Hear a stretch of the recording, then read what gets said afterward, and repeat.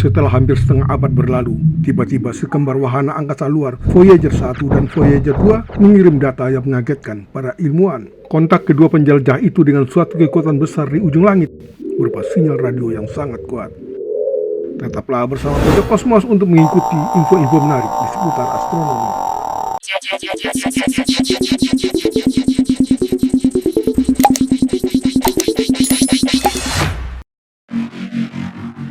Alam semesta sangat luas dan menakjubkan. Bumi, tempat kita hidup, berada dalam gugusannya.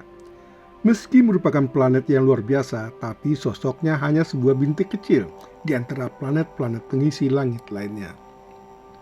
Berkat kemajuan teknologi, rasa haus manusia untuk mengetahui misteri alam semesta ini terpenuhi. Diciptakanlah roket serta satelit dan juga wahana-wahana luar angkasa lain untuk menjawab rasa ingin tahu tersebut. Dan pelan-pelan, peralatan yang terbangkan ke angkasa luar itu mulai mengirimkan berbagai citra dan suara yang terekam di atas sana.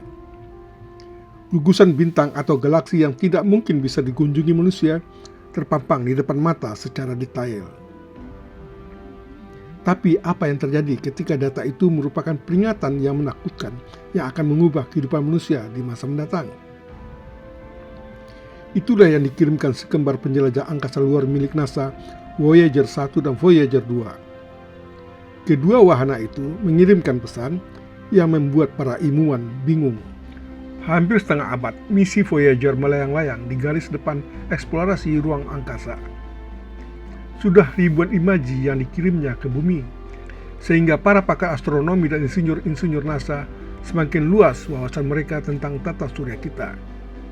Kisah bagaimana program Voyager terjadi merupakan cerita menarik tersendiri. Semuanya bermula pada penemuan kebetulan oleh Michael Menowitz yang menyadari bahwa pesawat ruang angkasa dapat menggunakan gravitasi sebuah planet untuk melayang-layang lebih jauh keluar angkasa. Voyager 1 dan Voyager 2 diluncurkan pada tahun 1977. Tujuannya untuk mempelajari planet Jupiter dan Saturnus. Selanjutnya yang terjadi adalah keajaiban. Kedua penjelajah yang dilengkapi dengan piring radio berukuran 3,7 meter dan 16 pendorong itu terus melayang sampai mendekati planet Uranus pada tahun 1986 dan planet Neptunus pada tahun 1989. Setelah hampir setengah abad, si kembar penjelajah ruang angkasa Voyager telah berubah menjadi kapsul waktu. Keduanya telah memasuk kita dengan data tentang jangkauan terjauh dari tata surya secara real time. Tidak ada wahana angkasa luar lain yang mampu merevolusi pemahaman kita tentang matahari dan pengaruhnya seperti Voyager ini. Wahana Voyager ini boleh disebut sebagai duta besar bumi untuk kemanusiaan yang dikirim ke tata surya kita. Keduanya membawa piringan emas berisi rekaman musik dan salam dalam berbagai bahasa bumi, gambar kehidupan sehari-hari di bumi, dan diagram prinsip-prinsip ilmiah dasar. Ditujukan bagi siapa saja yang mungkin berpapasan dengannya di atas langit sana. Cakra emas itu berfungsi sebagai pesan kosmik yang akan tetap utuh selama lebih dari 1 miliar tahun. Tiba-tiba sesuatu yang mengejutkan terjadi. Voyager telah menjalin kontak dengan suatu kekuatan asing di ujung langit. Para ahli terkejut oleh kekuatan itu serta arah medan magnet antar bintang yang disampaikannya. Informasi baru ini memicu diskusi di antara para saintis tentang bentuk dan aktivitas heliosfer, domain magnetik matahari. Dulu sekali diyakini heliosfer digambarkan seperti komet dan bulan. Voyager menyampaikan beberapa petunjuk yang berbeda. Para astronom percaya media antar bintang dimulai ketika angin matahari yang merupakan aliran partikel bermuatan yang datang dari matahari berakhir. Plasma atau gas terionisasi itu menekan plasma interstellar yang lebih dingin yang mengalir di sekitarnya. Bertindak seperti kerikil dalam aliran, mirip dengan bagaimana bagian atas troposfer bumi atau tropopause, dan heliosfer dan heliospole mengacu pada lubang yang dipotong oleh matahari.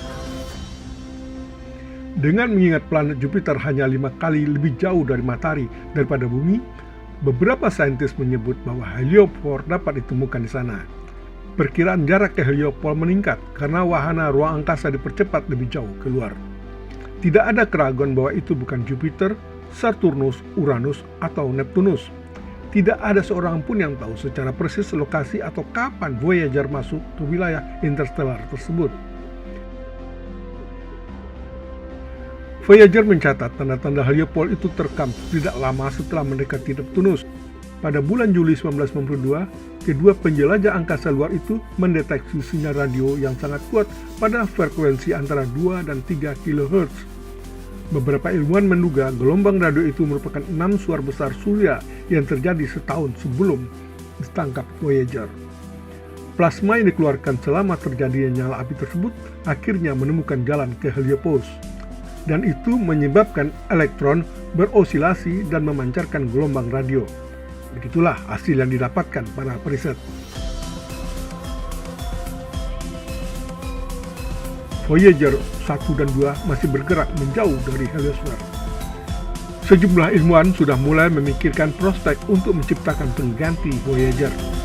Mereka tidak tahu sampai kapan kedua wahana ruang angkasa itu akan bertahan di atas sana.